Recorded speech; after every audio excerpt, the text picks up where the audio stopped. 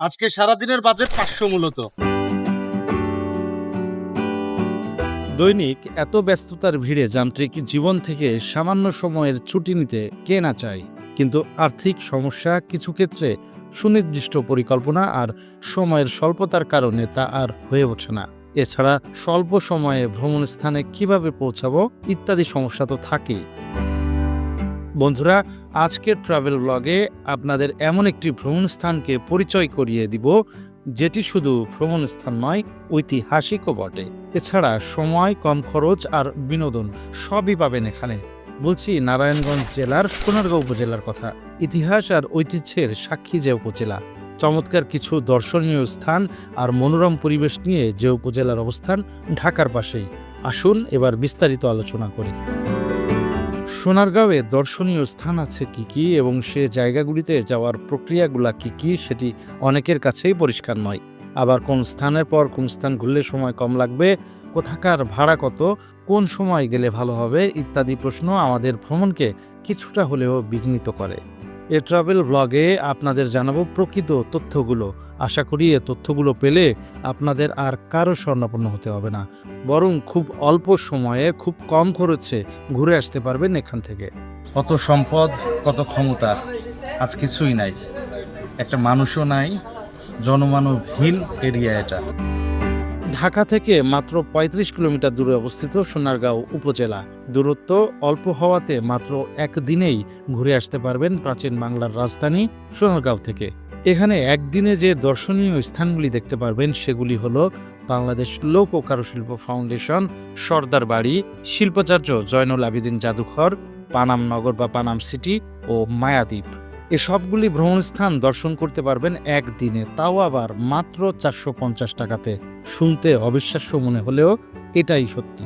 যদিও বাংলার তাজমহল এই উপজেলাতেই অবস্থিত, কিন্তু দূরত্ব এবং সময় বিবেচনায় এটিকে একদিনের ভ্রমণ থেকে বাদ রাখা হয়েছে। প্রথমে আসা যাক সময়ের বিষয়টা নিয়ে। শুক্রবার মোটামুটি সকলেরই সাপ্তাহিক ছুটি থাকে, তাই এদিনেই ঘুরে আসতে পারবেন সোনারগাঁও থেকে।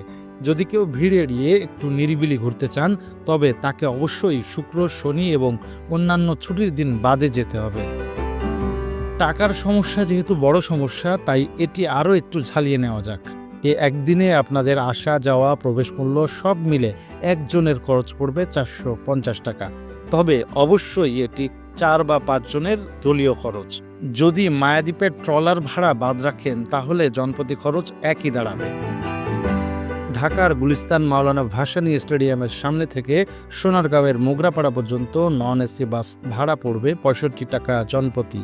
বাস পাবেন দোয়েল, স্বদেশ ও বোরাক। যদিও বোরাক ইদানিং দেখা যাচ্ছে না, তাছাড়া এসি বাস আগে চললেও এখন আর নাই।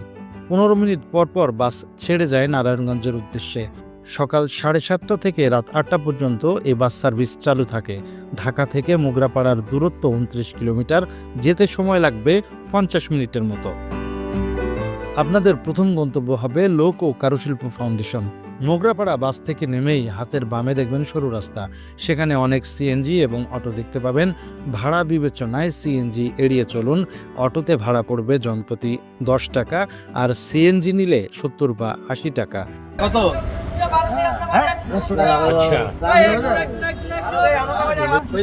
ওই সামনে ওটা কত?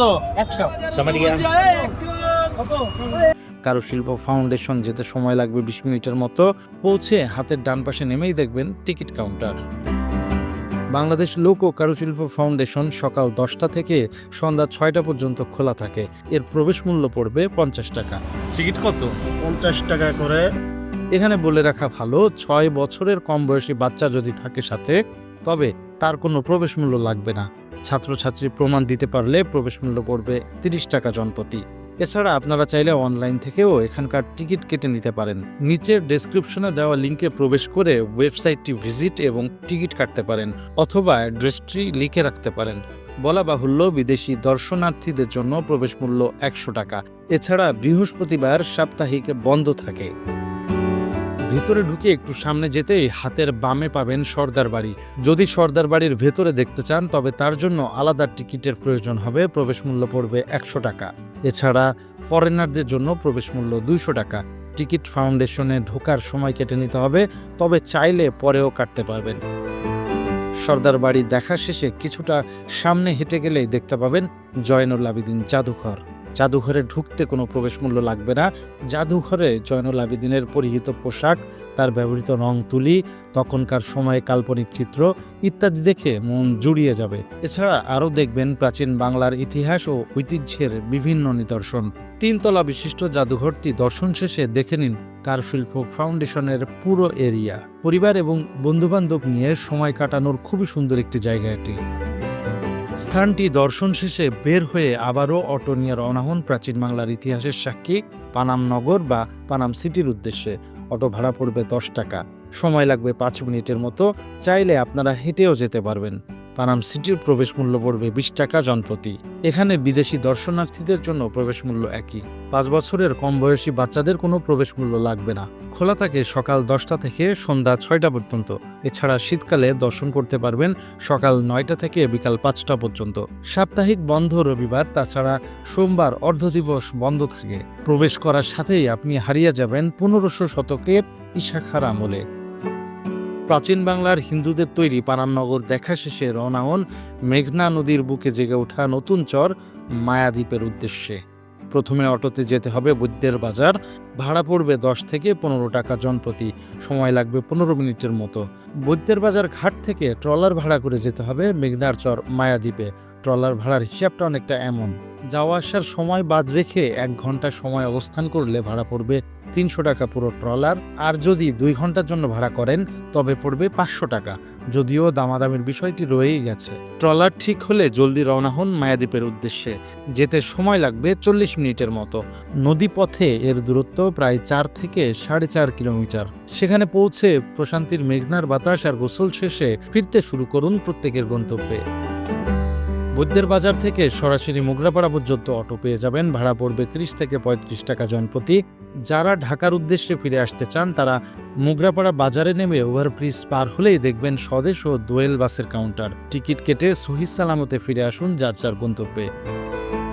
ঘোরার জন্য বছরের যে কোনো সময় সোনারগাঁওয়ে যেতে পারেন, তবে শীতকাল ঘোরাঘুরির জন্য উপযুক্ত সময়। চ্যানেলটি ভালো লাগলে টুকুস করে সাবস্ক্রাইব করে ফেলুন, আর ভিডিওটি ভালো লাগলে কুটুস করে একটি লাইক দিয়ে দিন। আর ভ্রমণ সংক্রান্ত ভিডিও যারা দেখতে চায় তাদেরকে বিষয়টি শেয়ার করে দেখার সুযোগ করে দিন।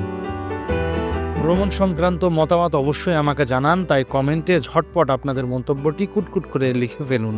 আর আপনাদের নতুন কোনো ভ্রমণ স্থান সম্পর্কে এমন বিস্তারিত তথ্য জানার ইচ্ছা হলে সেটিও আমাকে জানাতে পারেন। আপডেট নিয়ে দ্রুত আপনাদের সামনে অবশ্যই হাজির হব। সর্বশেষে বলি, ভ্রমণের প্রতিটি পদক্ষেপে লুকিয়ে থাকে আনন্দের নতুন উৎস। তাই ভ্রমণ করুন পৃথিবী জুড়ে। সবাই ভালো থাকবেন। দেখা হবে ইনশাল্লাহ পরের ভিডিওতে।